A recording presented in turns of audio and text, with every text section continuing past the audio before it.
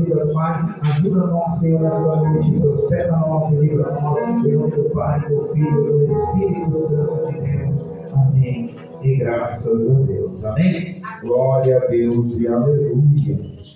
Amém, meus irmãos? Meus irmãos, me perdoa pelo horário, está muito avançado, eu cheguei um pouco atrasado, mas eu tenho certeza que Deus irá falar conosco, amém? Glória a Deus, aleluia. E continuando aquilo que nós começamos, o curso de teologia, acerca da palavra do Senhor, aprendendo cada vez mais sobre Deus, amém? Glória a Deus, aleluia. Semana passada, nós falamos sobre os atributos naturais de Deus, que são eternidade, imutabilidade, onisciência, onipotência e onipresença. Conseguimos falar sobre duas, eternidade e imutabilidade. Eternidade é Deus. Deus, ele é a eternidade. A eternidade de Deus é a adoração, infinita, sem começo e sem fim. Deus não tem princípio e não terá fim. Então, em Jó 36, 26, ele conhece os acontecimentos presentes, contudo, o passado, presente e futuro são igualmente conhecidos para ele.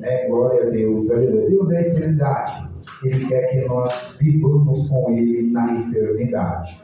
Mas foi falado aqui semana passada, abordado dois caminhos para a eternidade.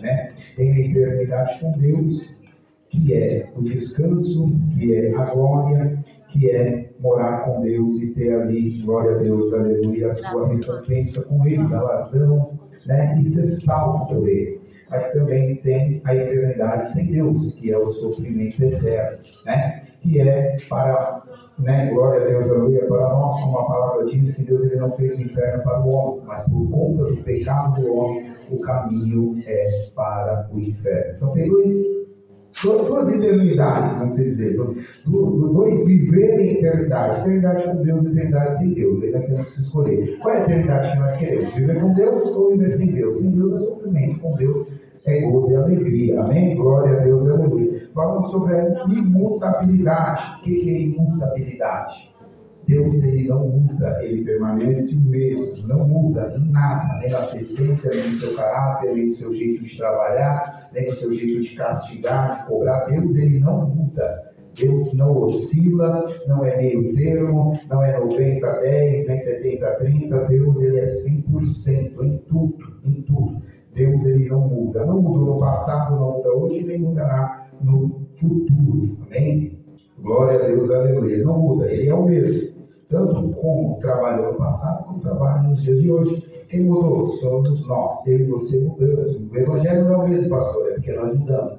A igreja não é a mesma, porque nós mudamos. Não é mais como antigamente, porque nós mudamos. Não é Deus. Deus, ele não muda. É que muitos, ele tem, glória a Deus, aleluia, a dificuldade de aceitar e querer colocar a culpa em Deus. Se as coisas não acontecem do nosso jeito, Deus é culpado, Deus não quer, Deus assim não permite. Se as coisas não acontecem como nós pensamos que aconteceria, como aconteceu aos profetas do passado, a gente atribui a culpa em Deus. E Deus não é culpado de nada, culpado sempre somos nós, Deus, ele não tem culpa alguma de tudo que acontece sobre as nossas vidas. Simplesmente é perfeita, boa e agradável a vontade de Deus. A gente tem que aceitar. E muitas vezes não queremos aceitar, relutamos, e quando chegamos no ponto, nós conseguimos enxergar que o culpado não é Deus e somos nós. Então Deus, ele não muda a eternidade, Deus, ele é eterno e quer que nós moramos com ele na eternidade. A imutabilidade, Deus, ele não muda. A imutabilidade de Deus não admite a possibilidade de mudança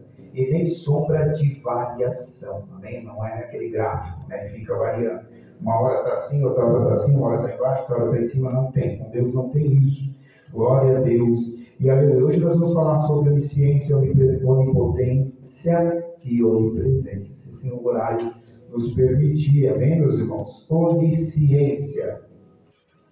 A onisciência de Deus é um termo teológico que se refere aos conhecimentos e sabedoria infinitos de Deus e sua capacidade de conhecer perfeitamente todas as coisas. Glória a Deus, aleluia. Vocês vão entender? Onisciência, o que é onisciência? Ciência. Ciência é aquilo que nós sabemos sobre tudo, vamos dizer. O cientista, ele estuda para conhecer tudo, ou tentar conhecer tudo, Conhecedor de tudo é só Deus. É por isso que ele é onisciente, ele tem todo o conhecimento. O ser humano na Terra, ele se torna um cientista, então ele vai buscar né? Glória a Deus, aleluia, matemáticas, ele vai buscar história, ele vai buscar todos os atributos para ele entender como é que funciona as coisas, né? Glória a Deus, aleluia. Então a palavra ciência é conhecedor, é ciente, é ser ciente de algo, conhecer. Oh, glória a Deus, aleluia. Então eu conheço algo, eu sou ciente daquilo, então isso é ciência, conhecimento. E Deus, ele é onisciente, ele tem todo o conhecimento, toda a ciência. Glória a Deus, aleluia. É sabedor de todas as coisas. A onisciência de Deus é um termo teológico que se refere, ou seja, é um termo, uma palavra teológica para atribuir a Deus algo que é dele, ou seja, o conhecimento de tudo. Porque ele é criador, criando todas as coisas, então o criador, ele conhece a sua criatura. Então tudo se formou pela vontade de Deus. Ele sendo criador de tudo, então ele conhece tudo. O ser humano, natureza, as aves, os animais, tudo. As plantas, as árvores frutíferas, tudo que foi criação de Deus, ele tem conhecimento de tudo. Então ele conhece como na palma da mão. Não tem esse ditado? Fala, eu te conheço com a palma da minha mão. Isso é Deus. Deus conhece-nos com a palma da sua mão. Conhece perfeitamente. Conhece. Para você ter uma noção, Deus nos conhece até melhor do que nós mesmos. A gente não fala, eu me conheço. Deus conhece a gente melhor ainda. Oh, glória a Deus. Sabe por que Deus nos conhece melhor ainda? Porque o coração do homem é enganoso. A gente fala, eu me conheço, mas a gente não se conhece. Ele nos conhece mesmo antes de nós falarmos, né? Antes de falar o que vai sair de nossa boca, ele já conhecia.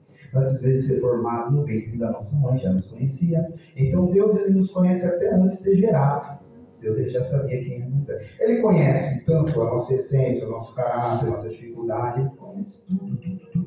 Então não tem como a gente tentar achar atributos para contestar a Deus, porque ele conhece. Ele sabe de todas as nossas limitações. É por isso que a palavra vai dizer que ele não dá um fardo maior que nós não podemos carregar, porque nós não podemos atribuir a Deus, igual eu acabei de falar, uma culpa que é nossa. Ah, Senhor, mas por desse jeito eu não. Deus, ele sabe que nós suportamos tudo aquilo que ele imputa sobre nós. Tudo aquilo que ele coloca sobre nós, ele sabe que nós suportamos. É que nós temos o defeito de jogar a toalha antes de começar a guerrear. Antes de começar a lutar, a gente já desiste. Né? A gente pega um exemplo, Deus, ele nos coloca a prova, e a gente olha a prova, só de olhar a prova a gente já sente medo, e aí a gente desiste, a gente já não quer mais lutar. Imagine Jó olhando a prova dele, se ele desistisse, ele não seria honrado por Deus. Tantas coisas que ele começou perdendo, se ele tivesse desistido, ele teria só perdido. Mas a Bíblia vai dizer que ele perdeu, permaneceu firme, fiel, e Deus o restituiu dobrado. Deus lhe concedeu 2 vezes mais do que ele tinha. Você está entendendo? Então, a luta, ela vem sobre a vida de um cristão, mas ela vem para nos fortalecer, para nos fazer ganhar e não nos fazer perder. É que, de certo modo, a gente olha para a luta e a gente acha que a gente está perdendo, mas a gente não está perdendo. Tudo aquilo que Deus, ele nos coloca à prova e a gente acaba, de certa forma, abrindo mão, não é perda. Aquilo ali, simplesmente Deus, ele leva para ele, porque tudo foi ele que nos permite receber. Todas as coisas que nós atribuímos ou conquistamos é permissão de Deus. Então ele permite, ele dá. Então ele toma para si de volta. Só que depois da prova ele acaba atribuindo muito mais. Por quê? Porque ele olha para mim, para você e vê dentro do nosso coração uma fidelidade tamanha que não se atribui diante da prova, ou seja, a fidelidade no meio do teu coração de permanecer fiel até o fim, mostra para Deus que, independente de qualquer situação, a gente vai continuar servindo a Ele. Então Deus, ele muito se agrada, ele muito se alegra. Então o que ele pode fazer por mim e por você é restituir, é nos conceder, é nos abençoar de uma forma, glória a Deus, aleluia, não de troca, porque Deus ele não é moeda de troca, mas de bênção, para nos abençoar pela fidelidade que estamos. E se ele não fizer? Se ele não fizer, é Deus, continua sendo Deus, e se não quiser fazer, nós temos que aceitar, né, a vontade de Deus, oh, glória a Deus, aleluia. Mas de todas as formas, em todas, se você ler de Gênesis, Apocalipse, em tudo aquilo que Deus nos prova, nos aprova, nos experimenta, Deus ele sempre tem uma bênção para retribuir aos seus servos. Eu não falo sobre bênçãos de riqueza material, mas sempre uma bênção da sua parte, e muitas das vezes ele pode não nos abençoar aqui terrenamente, pode nos dar somente o que nos basta, mas tem um galardão lá no céu que está preparado para mim e para você. Isso é uma recompensa pelo trabalho na presença do Senhor, porque todo aquele que trabalha não é igual. Então Deus ele conhece eu e você perfeitamente, todas as nossas dificuldades, o nosso caráter, os nossos pensamentos, Ele conhece tudo, que está no oculto, no profundo, no escondido, Ele conhece tudo que fazemos, tanto na presença de alguém, quanto nas costas de alguém. Deus, Ele conhece o que fazemos diante do ser humano, do mundo. Estamos fora da presença de qualquer um. Deus, Ele nos conhece quando estamos dentro de casa, no nosso quarto, no secreto. Também Deus conhece quando a gente está em público. Deus conhece a gente na escola, na faculdade, no trabalho. Deus conhece a gente em todos os lugares. Ele tem a onisciência de tudo. Deus, Ele é sabedor de todas as coisas. Oh, glória a Deus, aleluia. Ele se revela ao conhecimento e sabedoria infinitos de Deus e a sua capacidade de conhecer perfeitamente todas as coisas. É perfeito. Perfeito, não é 99%. Não tem a chance, a mínima chance de 0,000,0,1% de Deus errar. Não tem como. Não tem como. Glória a Deus, aleluia. Deus, Ele é perfeito e a sua onisciência, ela é perfeita. Deus, Ele tem, glória a Deus, aleluia, conhecimento de tudo que foi formado, tudo que foi, glória a Deus, aleluia, construído pela mão de Deus. Ele tem a ciência, o conhecimento de tudo. Glória a Deus e aleluia. Para você ter uma noção, Deus conhece todas as estrelas e chama a cada uma pelo seu nome. Aí se você olhar o céu estrelado, glória a Deus, aleluia, tem muitas estrelas, mas é muitas vezes. E Ele conhece cada uma. Oh, glória a Deus, aleluia. Ele conhece você. Glórias a Deus, aleluia. Ele conhece a minha e a sua vida por completo. Glória a Deus, aleluia. Ele tem toda a ciência, é ciente de tudo. Não tem nada que nós podemos atribuir a Deus que Ele não o conheça. Glórias a Deus e aleluia. Calvino definiu a onisciência como aquele atributo mediante o qual Deus conhece a si mesmo e a todas as outras coisas em um só e simplíssimo ato eterno. Davi escreveu sobre a onisciência de Deus, dizendo: Tu conheces o meu assentar e o meu levantar. De longe entendes o meu pensamento. Cercas o meu andar e o meu deitar, e conheces todos os meus caminhos. Sem que haja uma palavra na minha língua, eis que, ó Senhor, Tu conheces. Tu me cercastes em volta e puseste sobre mim a Tua mão. Tal ciência é para mim maravilhosíssima, tão alta que não a posso atingir. Salmo 139, de número 2 ao 6. 2, 3, 4, 5, 6. Está escrito esta palavra que Davi, ele, glória a Deus, aleluia, descreveu. Ele descreve sobre a onisciência de Deus, sobre esta palavra, mais uma vez. Tu conheces o meu assentar e o meu levantar. Então, qualquer gesto, glória a Deus, aleluia, de qualquer modo, Deus, Ele tem conhecimento. De longe, entendes o meu pensamento, de longe. Só de pensar, Deus já conhece. Cercas o meu andar e o meu deitar, e conhece todos os meus caminhos. Então, nós temos que está preocupado, irmãos, né? Deus, Ele conhece tudo, conhece os nossos caminhos. Deus, Ele nos conhece perfeitamente. Tem muito cristão, e eu posso, meus irmãos, atribuir esta palavra, que ele brinca de ser cristão. Brinca. Ah, pastor, eu não brinco. Brinca. Nós sabemos, glória a Deus, aleluia, como que é uma vida cristã, por mais que a gente não praticamos ela, por mais que a gente não estamos 100% nela, mas nós sabemos como é que é uma vida cristã. Conhecemos a palavra, se nós estudarmos ela vai nos atribuir tanto conhecimento, tanta sabedoria de como Deus quer que nós estejamos na presença dEle. Como que nós nos portamos, como que nós como que nós chegamos ao ambiente, como que nós testemunhamos uma vida cristã, uma vida em santificação, uma vida que possa trazer, glória a Deus, aleluia, testemunho vivo para que o mundo ele venha se achegar a Deus. Aqui está a bússola, aqui está o manual de como viver com Deus, por mais imperfeito que somos, mas aqui está uma palavra que vai nos aperfeiçoar dia a dia, ou seja, nós vamos caminhar com Deus, nós vamos viver com Deus, e esta palavra, ela sendo lida e guardada e praticada, ela nos faz um aperfeiçoamento, ou seja, o que é dificultoso para mim hoje, eu vou ler a palavra, eu vou encontrar algo que vai me trazer, glória a Deus, aleluia, uma luz sobre aquilo, e eu preciso mudar, então a palavra ela vai me ajudar a mudar. Então eu vou ver outra coisa que é dificultoso, eu vou ler a palavra ela vai me dar uma luz, um esclarecimento, e através desse esclarecimento, eu praticando, eu mudo os meus hábitos, e aí eu começo a ter uma nova vida com Deus, e aí eu vou mudando, glória a Deus, aleluia, a minha essência pecaminosa, a minha essência de maldade, a minha essência aqui do mundo, era totalmente horrível, com Deus eu tenho que mudar, e a palavra ela vai me ensinar a mudar. Então Davi, mesmo sendo um homem segundo o coração de Deus, obediente aos seus pais, cuidador dos animais, no pasto, louvava a Deus, tinha uma intimidade com Deus, mas ele descreve a onisciência de Deus como um cuidado para todo cristão colocar no seu pensamento. Que cuidado é esse, pastor? É entender que Deus ele conhece tudo.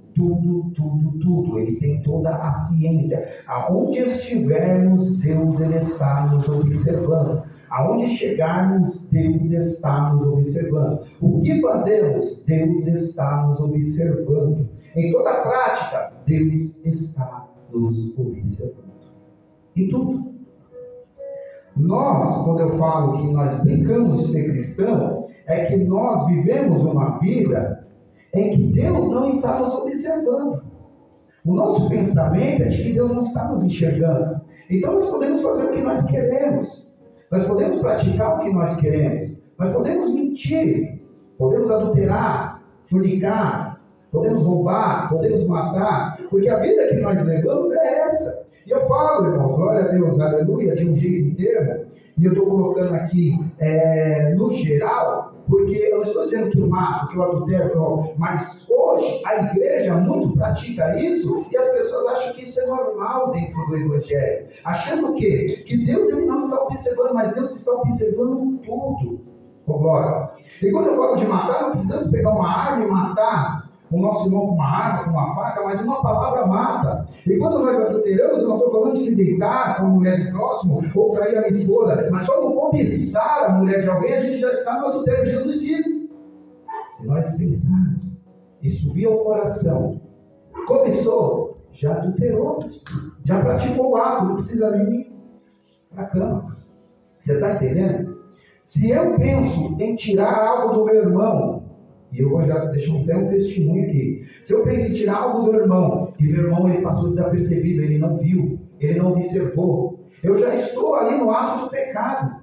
Eu não preciso nem consumar, só de pensar em passar o meu irmão para trás, eu já o traí, eu já o roubei. Esse dia eu fui trabalhar para um homem, eu trabalhei no lugar dele, e assim, irmão, eu trabalho no lugar dele e aí eu pago a diária para ele. E a diária dele é R$90. E eu trabalhei 2 dias, então é 180, e eu ganhei um valor de 370. Então eu teria que dar 180 para ele ficar com 190. Ele chegou e recebeu, porque é ele que recebe, não é eu. Ele recebeu do mercado, chegou em mim e me deu os 370. Só que eu não tinha certeza do valor. Eu tinha escrito no caderno em casa. E não tinha certeza do valor. Então eu olhei para ele e falei, está certo aqui? Eu acho que está errado. Não, está certíssimo. Eu falei, está errado. Não, está certíssimo, é desse jeito mesmo, está certíssimo. Eu falei, está errado esse negócio. Só como eu não tinha certeza do valor, quanto que era, eu não poderia falar para ele. Porque se eu falo, não, eu tenho que te dar 200, então eu teria que dar 200. Então eu falei, peraí, eu vou chegar em casa, vou olhar o caderno e vou ver. Chegando em casa no caderno, sim, eu fiz R$370. Só que eu tinha que dar 180 para ele e ele não pegou esses 180. Ou seja, para ele, o meu ganho era 370, mas na verdade era só 190. 180 era dele, ele me repassou tudo. Ô glória. E eu continuei trabalhando, e eu falei, quando eu chegar em casa eu vou ver o caderno. Quando eu continuei trabalhando, e aquilo ali remoendo, eu falei, está errado, eu sei que está errado. E o diabo, o inimigo astuto, dizendo, passou desapercebido. Passou batido. Aí eu falei, está repreendido, Satanás, maldito. Para você passou batido. Para mim também passou batido. Para ele passou batido. Mas e para Deus? E para Deus passou batido?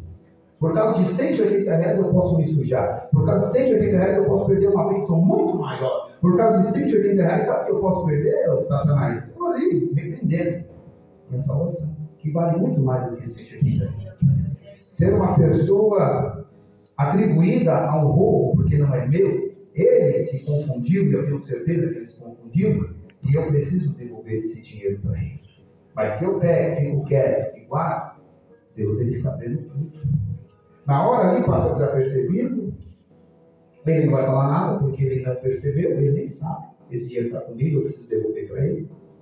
Eu poderia usar o dinheiro e gastar com os meus prazeres dentro de casa, mas era fruto de algo ilícito, não meu. Agora, se ele fala assim, não, eu estou te dando, é outra história. Mas ele não me falou nada ainda, eu preciso devolver esse dinheiro para ele. Então, o que eu quero dizer através desse testemunho? Deus, ele é conhecedor e até Deus permitiu para poder ver a intenção do meu coração. Será que o meu coração é tão amante ao dinheiro que eu poder esconder R$180 que não é nada? De alguém, também acho que talvez nem precise. Mas Deus ele nos prova para saber qual é a intenção que você vai fazer.